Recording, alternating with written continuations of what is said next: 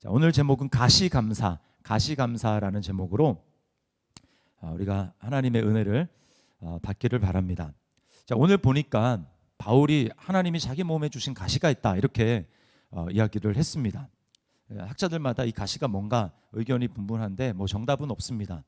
바울이 부활하신 예수님을 이 빛으로 경험했기 때문에 눈이 멀었다고 하죠. 그래서 아마 나중에 비늘 같은 것이 떨어졌지만 그 눈이 이제 그전과 같지는 않았을 것이다. 그래서 이 가시는 아마 안질일 것이다. 안질. 눈에 뭔가 질환이 있을 것이다. 그래서 내가 큰 글씨로 너에게 편지를 썼다. 이렇게 이야기를 하고 주로 대필도 많이 시키고 이런 걸 보니까 바울이 가지고 있는 가시는 눈에 있는 질병이다. 이렇게 얘기를 하는 사람도 있고 아니다.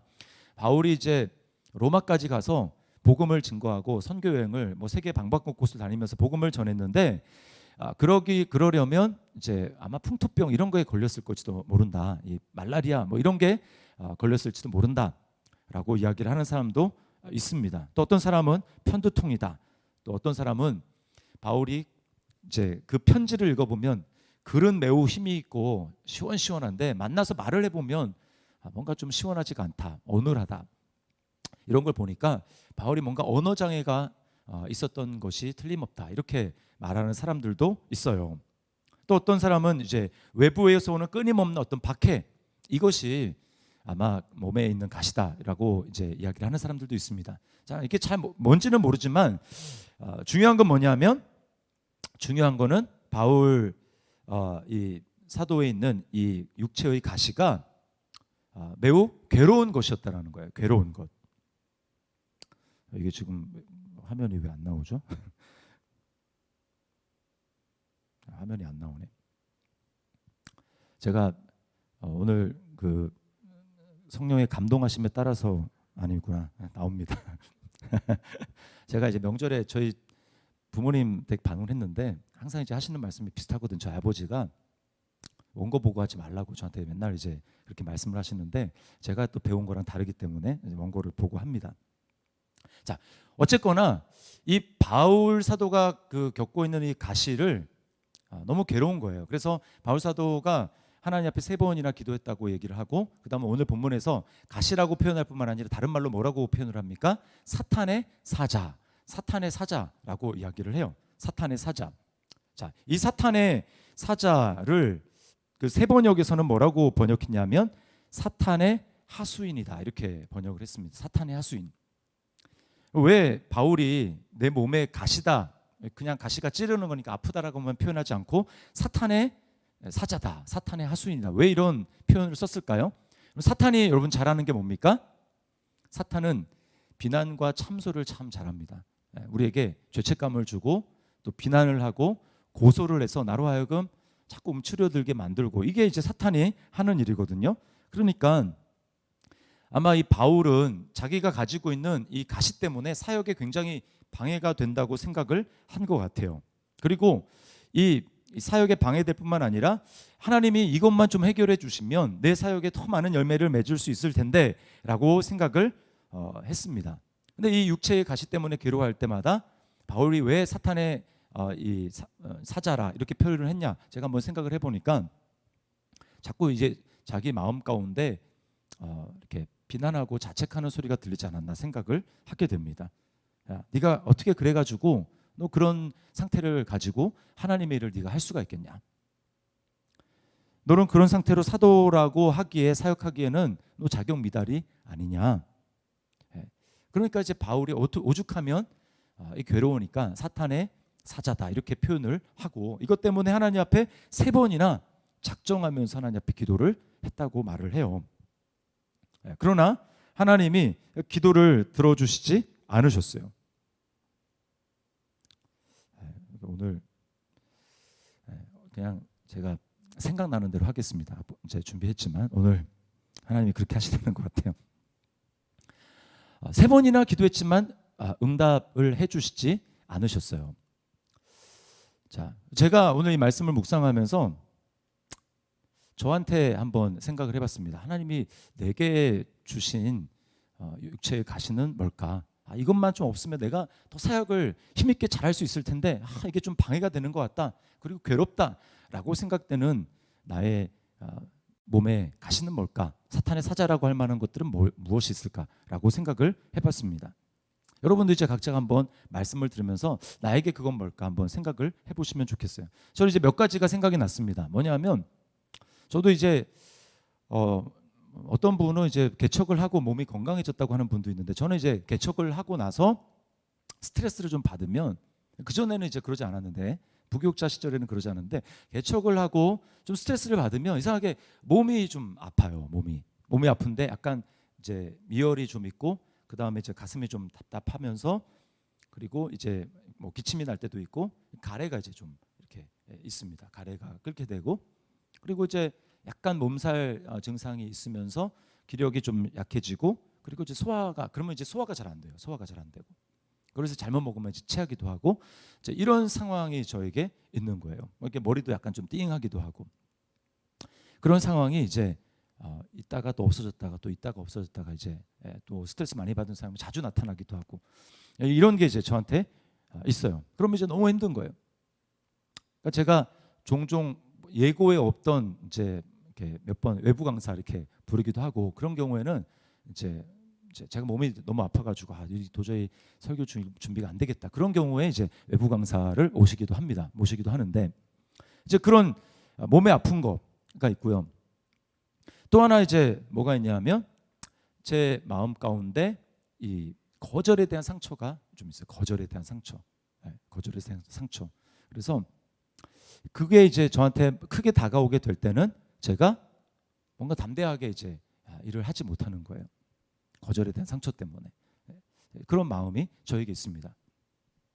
이것을 이제 이겨보려고 제가 이 육체의 이제 그 몸에 아픈 거는 제가 성도들한테 기도 부탁을 합니다. 그래서 기도해 주면 제가 몸이 좀 괜찮아지기도 하고, 그렇기도 하고요. 그 다음에 이 거절에 대한 상처, 이건 뭐 어떻게 하겠습니까? 제 안에 이거는 계속해서 제가 하나님의 복음의 말씀을 제가 기억하며, 예수님 안에 있는 나의 신분이 어떤 것인가를 기억하면서 그것을 끊임없이 나에게 적용해서 그걸 제가 복음의 말씀으로, 믿음으로 이겨나가려고 하는 거죠. 자, 그런가 하면 저도 이제 말을 그렇게 썩 잘하는 편이 아닙니다. 지금은 굉장히 많이 좋아졌고요. 말을 이제 썩 잘하지 못해요. 저도 이렇게 좀 말에 대해서, 그 아내는 저보다 말을 굉장히 잘하는데 저는 이렇게 말을 잘 하지 못합니다. 그래서 이제 어떤 경우에는 또 감정을 잘 전달하는데 제가 좀 익숙치가 않은 것 같아요. 그래서 가끔 제 딸이 그걸 예민하게 캐치해냅니다. 그래가지고 제가 제 딸이 굉장히 뭘 잘했어요. 그러면 이제 칭찬하지 않습니까? 아유, 잘했네. 그러면 가끔 저한테 영혼 없는 말을 한다고 그렇게 이야기를 해요. 아빠의 말은 영혼이 없다. 제가 이제 일부러 그렇게 한 건 아니거든요. 근데 아빠는 잘했다고 하는데, 잘했다고 하는 게 얼굴 표정이나 그런 게 전혀 드러나지 않는다. 자기가 그래서 정말 칭찬을 받는 느낌이 별로 안 든다. 이 자리에 비로소 제가 우리 성도 여러분에게 저의 그 연약함을 고백합니다. 제가 이렇게 잘했다, 정말 잘하셨네요, 정말 아름답습니다, 뭐 이런 칭찬, 아름답다라는 칭찬 별로 하지 않은 것 같은데, 이런 칭찬을 할 때 표정이 별로 나타나지 않고, 목사님 감정이 별로 드러나지 않는 것 같은데, 그런다 할지라도 여러분 그게 저의 진심이에요. 그러니까 여러분 그렇게 알아들으셨으면 좋겠어요. 자, 이렇게 제가 바울 사도를 보면서 그럼 내가 하나님 앞에 이것을 가지고 진지하게, 바울은 3번이나 하나님 앞에 나아가서 기도했다고 하는데 나는 하나님 앞에 그렇게 나가지 못했구나, 이제 그런 좀 도전이 들었고, 그다음 바울은 하나님 앞에 이렇게 3번 간구했는데 돌아온 응답은 뭐였습니까? 돌아온 응답은, 하나님이 응답을 주시긴 주셨는데 바울이 원하는 답변은 아니고 뭐였습니까? 여기 9절 말씀, 9절을 우리 다시 한번 읽어보겠습니다. 같이 한번 읽어봅니다. 시작. 나에게 이르시기를 내 은혜가 내게 족하도다. 이는 내 능력이 약한 데서 온전하여 짐이라 하신지라. 그러므로 도리어 크게 기뻐함으로 나의 여러 약한 것들에 대하여 자랑하리니 이는 그리스도의 능력이 내게 머물게 하려 함이라. 아멘.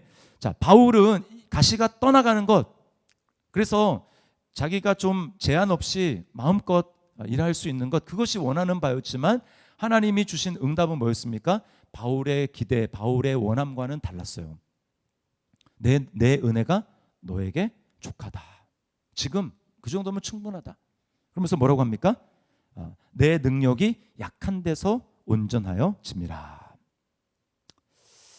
한마디로 지금과 같이 너는 계속 있으면 된다. 나에게 쓰임 받으면 된다라고 말씀하는 거예요. 근데 바울이 제가 그 다음에 참 도전이 됐어요. 근데 그러므로 이렇게 했잖아요. 거절이잖아요. 근데 그러므로 도리어 크게 기뻐함으로, 여기가 참 도전이 됐습니다. 크게 기뻐했다. 하나님이, 제가 진지하게 하나님 앞에 나가서 3번이나 작정하면서 기도를 했는데 하나님께서 그 기도에 응답하신 것이 아니라, 응답을 해주셨는데 내가 원하는, 내가 이렇게 됐으면 좋겠습니다 라고 하는 방식이 아니라 다르게 됐다면, 너 은혜가 너에게 족하다 라고 말씀을 하셨다면 내가 어떻게 반응할까 생각을 해봤는데, 저는 바울 사도처럼 그렇게 반응을 못할 것 같아요. 저는 아마 이렇게 받아들이긴 받아들였을 것 같아요. 그냥 주님 감사합니다, 제가 그렇게 알고 하겠습니다, 이렇게 정도는 반응하지만 바울 사도처럼 크게 기뻐함으로 이렇게까지는 반응을 못했을 것 같아요. 제가. 자, 그러면 어떻게 바울은 자기가 원하는 거, 육체의 가시, 사탄의 사자라고 하는 것 때문에 너무나 괴로운 이 상황에서 하나님이 바울이 원하는 답변과 좀 상반되는 그런 답변을 주셨음에도 불구하고 바울은 이 하나님이 주시는 응답에 대해서 크게 기뻐할 수가 있었을까? 그것은요, 바울이 하나님 나라의 원리를 전격적으로 수용하고 그것만이 자기가 살 길이라고 여겼기 때문입니다. 여러분, 하나님 나라의 원리는 여러 가지가 있지만 그 중에 가장 단순한 원리는 뭐냐면, 하나님은 연약한 자들을 통하여서 영광을 받으신다라는 거예요. 믿습니까? 이게 하나님 나라의 원리입니다. 연약한 자들을 통해서 영광을 받으시는 거예요. 그러나 여러분, 세상의 원리는 어떻습니까? 세상의 원리는 연약한 자리를 통해서 내가 높아질 수 있다, 이런 생각은 전혀 하지 못하고, 세상은 어떻게 합니까? 내가 강해져야 돼요. 그래서 우리가 하나님의 은혜가 내게 머무는 그런 방법과 정반대의 길로 나가는 것은 무엇이냐면, 내가 뭔가 하나님 없이 때때로 주시는 하나님의 그때그때 주시는 은혜가 아니라 뭔가 쌓아놓고, 그래서 내가 하나님 없이도 좀 할 수 있는, 내가 좀 그랬으면 좋겠다 라고 여기는 순간, 그런 것들이 내 삶에 많아지는 순간 우리는 하나님의 은혜에서 점점 멀어지게 됩니다. 아담을 보십시오. 아담이 선악과를 따먹었습니다. 그게 뭐예요? 이제는 내가 하나님이 되면 이제는 하나님으로부터 의지할 필요가 없다라는 거죠. 바벨탑이 뭡니까? 하나님을 의지하고 하나님을 안전지대로 삼아야 되는데, 그게 아니라 스스로 안전지대를 삼아서 인간의 힘으로 뭔가 여기는 불가침의 영역이고 여기만 있으면 안전해 라고 생각하는 그 안전지대, 그것을 인간이 만든 거예요. 그러면 하나님을 그 영역에 있어서만큼은 의지하지 않습니다. 여러 가지가 많이 있을 거예요. 그래서 이스라엘 백성들이 끊임없이 유혹을 받았던 게 우상의 유혹입니다. 우상은 눈에 보이거든요. 하나님은 눈에 안 보여요. 눈에 보입니다. 그러니까 눈에 보이는 뭔가 확실한 것을 갖기를 원하는 거예요. 하나님이 우리를 구원하시는 방식도 마찬가지입니다.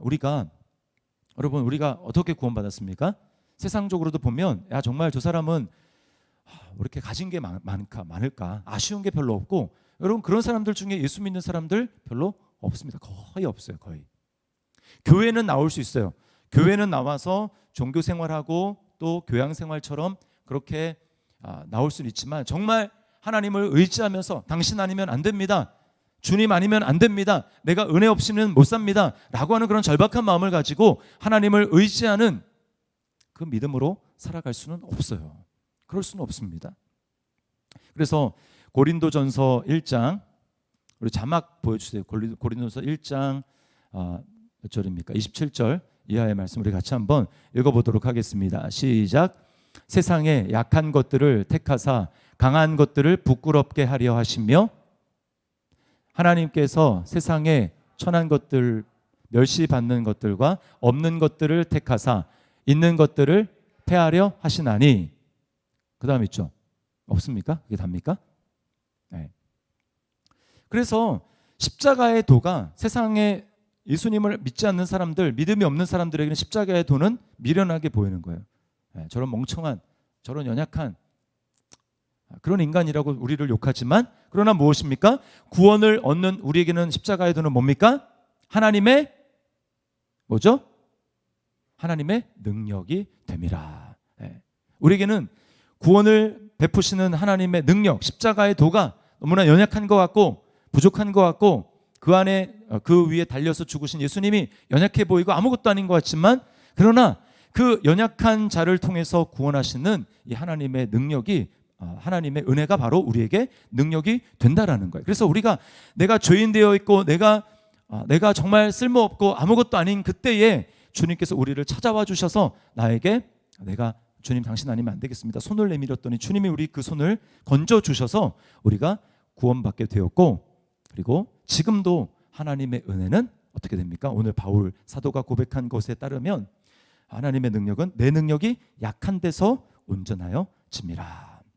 그러므로 여러분, 제가 아까 크게 기뻐하지는 못할 것 같다고 했는데 이 바울 사도의 모습을 쭉 따라가면서 이 말씀을 묵상해 보니까 내가 정말 원하는 것이 세상의 어떤 성공이 아니라 내가 마음속 깊은 곳에 원하는 것이 정말 하나님이고 하나님 자신이고 하나님이 주실 수 있는 어떤 것이 아니라 하나님 자신이고 그분을 내가 추구하는 것이라면, 그리고 그분의 은혜가 내가 연약한 상황에 있을 때 그분의 은혜가 나에게 더 크게 다가오는 것이 정말 하나님 나라의 원리라면 제가 원하는 게 바로 그거더라고요.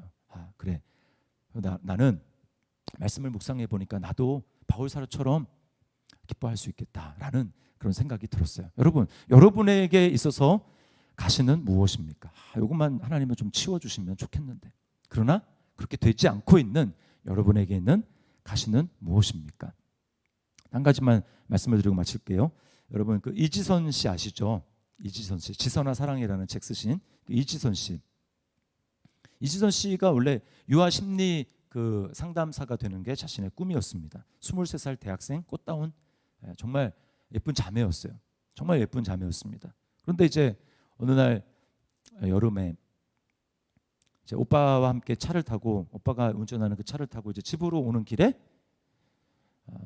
이제 음주 운전을 한 상대방의 차가 이제 차가 충돌하면서 그냥 큰 사고가 난 거예요. 자기가 타고 있던 차가 불길에 휩싸였습니다. 그리고는 이 이지선 씨가 화상을 입었는데 얼굴부터 해가지고 이 허벅지까지 몸의 55%에 해당되는 게 3도 화상. 여러분, 3도 화상은 피부가 이렇게 막 일그러지면서 이제 피부 조직이 망가지는, 이제 그게 3도 화상이거든요. 쪼그라들고 오그라들고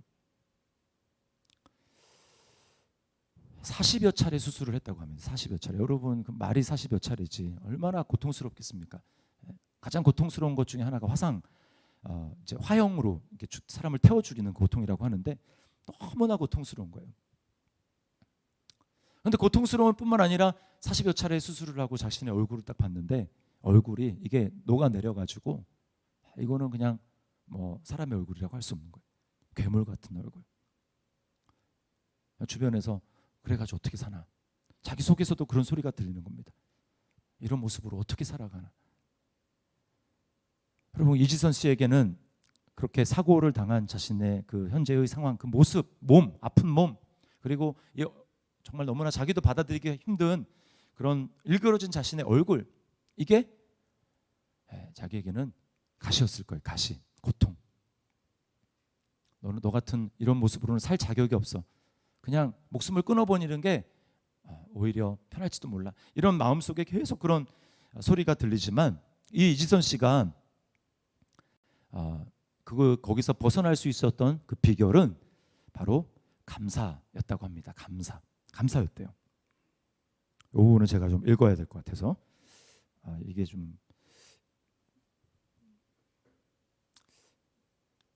이 자석 때문에 좀 반응을 그렇게 하는 것 같아요. 제가 이 부분만 읽어드릴게요. 하루에 한 가지씩 감사할 거를 찾았어요. 하루 종일 오늘은 어떤 걸 감사할까? 환자 복에 단추 구멍 하나 채우는데 몇 분이 걸렸지만, 이제 제가 뭐 이렇게 생략한 부분이 있는데 뼈까지 녹아가지고 엄지 손가락을 빼놓고는 나머지 손가락은 한 마디씩을 다 이제 잘랐다고 합니다. 그러니까 손이 이제 뭉뚱손이 된 거예요. 그러니까 움직일 수 제대로 안 되죠. 환자 복에 단추 구멍 하나 채우는데 몇 분이 걸렸지만 그래도 이 손으로 다시 단추를 채울 수 있어서 감사하고, 말도 안 되는 감사인데 그게 힘이 되더라고요. 자꾸 입술로 감사하다 말하다 보니 맞아, 오늘 작은 변화가 있었어, 이런 생각이 드는 거예요. 또 다른 감사할 것들이 나의 내일에 있겠구나, 그런 희망이 생기기 시작한 것 같아요. 자, 근데 이런 감사를 통해 가지고 여러분 계속 그렇게 가시를 감사하다 보니까 어떤 놀라운 변화가 나타났냐면, 이 감사가 이제 내공이 생긴 거예요. 점점 감사가 쌓이다 보니까 어떻게 되느냐, 이렇게, 심지어는 이렇게 얘기합니다. 100번 다시 물어도 나는 사고 이전으로 돌아가고 싶지 않습니다. 참 놀랍지 않습니까? 100번 자기에게 다시 물어도 당신 지금 이런 몰골로 지금 이렇게 살아가는 것과 사고 당하기 전으로 돌아가는 것 두 중에서 뭘 선택하겠습니까? 그러면 자기는 100번 물어도 사고 이전으로 돌아가기 싫다는 거예요. 그래서 이렇게 얘기합니다. 사고가 나지 않았더라면 감사하는 마음, 희망, 새로운 꿈 등 내가 얻은 삶의 소중한 가치 또한 결코 없었을 것이기 때문입니다. 난 지금도 충분히 행복합니다. 여러분, 그 감사가 만들어내는 희망과 소망 때문에 결국 이분이 거기서 자기가 삶을 포기하고, 뭐 손가락도 제대로 온전치도 못하고 얼굴도 이런 모습을 내가 뭘 해, 포기하지 않고요. 그때부터 다시 꿈과 희망을 가지고 도전해서 지금 여러분 뭐 하는 줄 아십니까? 교수예요. 이분이 교수. 한동대학교 사회복지 심리 교수입니다. 그러면서 많은 학생들에게 자기보다 훨씬 더 나은 상황에 있는 것 같은데 절망하고 뭐 생명을 끊어버리려고 하는 그런 학생들에게 희망을 전하는 그런 사람이 있는 거예요. 여러분, 이 이진선 씨의 삶에 나타나는 것이 바로 약한 그때의 곧 강함이라, 나의 능력이 약한 데서 온전하여짐이라 라고 하는 이 표현 아니겠습니까? 여러분, 그러므로 우리가 약한 그때의 하나님의 능력은 나를 통해서 더 강력하게 나타나는 줄 믿습니다. 그러므로 우리가 하나님 앞에 감사해야 돼요. 하나님이 제 상황, 이 부분에 내가 지금 너무나 힘들어하고 있는 이 가시같이 여겨지는 상황에 대해서 하나님 해결해 주시면 그것도 감사하겠지만, 그러시지 않고 오늘 바울과 같이 내 능력이 약한 데서 온전하여집니다 라고 그렇게 말씀하신다면 저는 그것도 바울처럼 도리어 크게 기뻐함으로 제가 감사하겠습니다. 오늘 이렇게 저와 여러분이 이 믿음을 담아서 하나님 앞에 결단하고 하나님 앞에 이런 감사를 드릴 수 있는, 이 감사로 하나님을 영화롭게 하는 우리 저와 여러분이 될 수 있기를, 가시를 감사함으로 하나님 앞에 영광 드리는 저와 여러분의 삶이 될 수 있기를, 그리고 오늘 이 찬양이 될 수 있기를 주님의 이름으로 축원합니다. 우리 오늘 말씀을 기억하면서 우리 하나님 앞에 찬양하며 나가겠어요.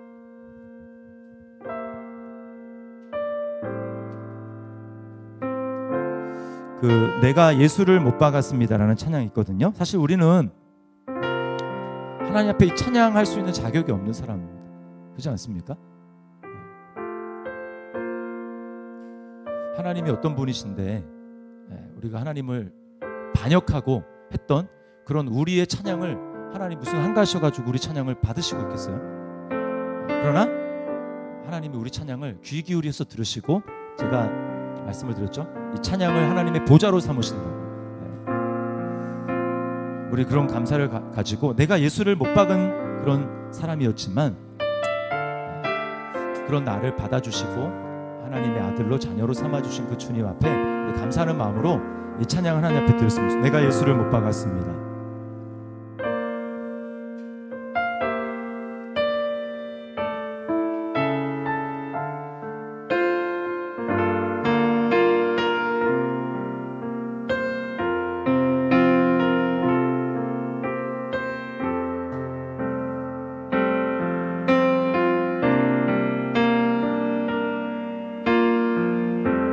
예수, 흠도 죄도 없는 당신이 깊이 감춰둔 내 죄로 인하여 하나님의 어린 양 속죄의 제물 되어 저주받은 나무에 달리셨네.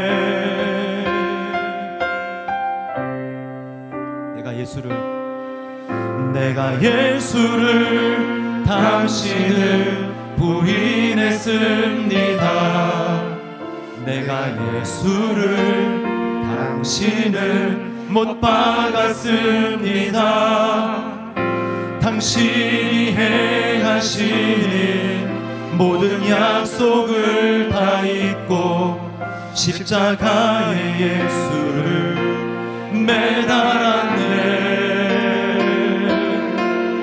내가 예수를 당신을 부인했습니다. 내가 예수를 당신을 못 박았습니다. 나의 모든 죄를 지고 아버지께 인도하시는 내가 예수를 못 박았습니다.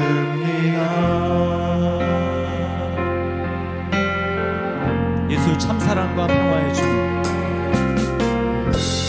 예수 참사랑과 평화의 주님, 소망 없이 멀어진 우리를 하나님과 화목케 하셨습니다.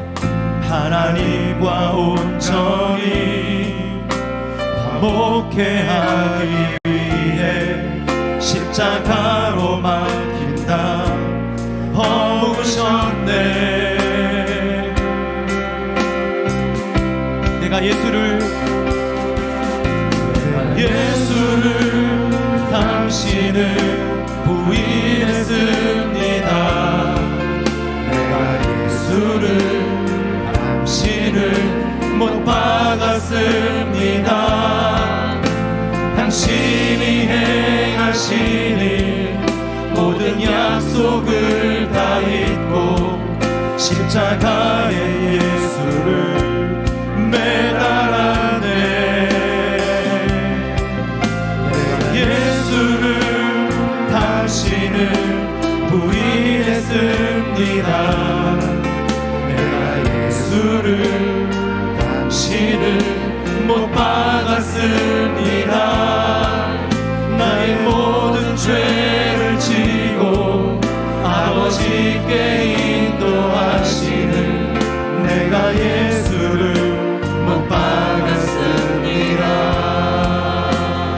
우리 자격이 없지만 우리 시간 새로운 마음으로 고백합시다. 내가 예수를 당신을 다시 바라봅니다. 내가 예수를 당신을 사랑합니다. 당신이 행하신 일 흔들리지 않는 사랑, 깨지지 않는 약속 붙들겠네. 아멘. 내가 예수를 당신을 다시 바라봅니다. 내가 예수를 당신을 사랑합니다. 갚을 수 없는 사랑 아버지께 인도하시네. 내가 예수를 사랑합니다. 다시 한번 고백할까? 내가 예수를 당신을 다시 바라봅니다. 내가 예수를 당신을 다시 바라봅니다. 내가 예수를 당신을 사랑합니다. 당신이 행하신 일 흔들리지 않는 사랑, 깨지지 않는 약속 붙들겠네. 아멘. 내가 예수를 당신을 다시 바라봅니다. 내가 예수를 당신을 사랑합니다. 갚을 수 없는 사랑 아버지께 인도하시네. 내가 예수를 사랑을 주며 고백하며 다시 한번 전심으로 고백합니다. 내가 예수를 당신을 다시 바라봅니다. 내가 예수를 당신을 사랑합니다. 당신이 행하신 일 흔들리지 않는 사랑, 깨지지 않는 약속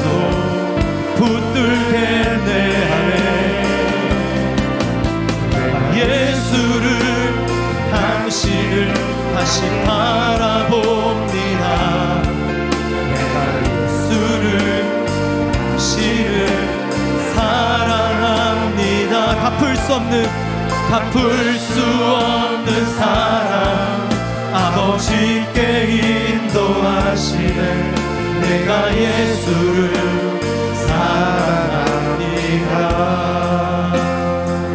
우리 시간에 말씀을 기억하면서 우리 하나님 앞에 우리 회개하고 돌이키면서 기도하며 나아갔으면 좋겠습니다. 여러분, 여러분에게 있는 가시는 무엇입니까? 우리는 하나님의 나에게 베풀어 주신 그 은혜를 너무나 당연하게 여겨서 죄 용서 받은 것, 하나님의 자녀로 삼아 주신 것, 그것에 대한 감격을 잃어버리고 우리가 아무리 이 세상에서 어렵고 힘든 일을 만난다 할지라도 여러분, 우리 죄 용서 받고 하나님의 아들이 되고 하나님의 딸이 된 거 그것과 바꿀 수 있겠습니까? 없잖아요. 그런데 우리가 예수님을 못 박은 죄인인데 나로 하여금 예수님을 바라볼 수 있고 예수님을 사랑할 수 있는 그런 놀라운 은혜를 우리에게 베풀어 주셨는데 우리는 가시에 대해서 감사하지 못하고 원망하고 내가 이거 없애주면 하나님께 감사할 수 있겠지만 주님 이거 있는 채로 내가 어떻게 하나님 앞에 감사할 수 있겠습니까? 그러나 오늘 주님께서는 너에게 그 가시가 있는 것이 나의 능력이 온전해지고 나의 능력이 나타나고 나의 임재가 너희 가운데 나타나는 그게 은혜의 통로다 라고 말씀하시는 그 하나님의 음성이 됐으면 우리가 아니요라고 얘기하고 싶지 않습니까? 이 시간 우리 주님 앞에 주님 제가 가시도 감사하기를 원합니다.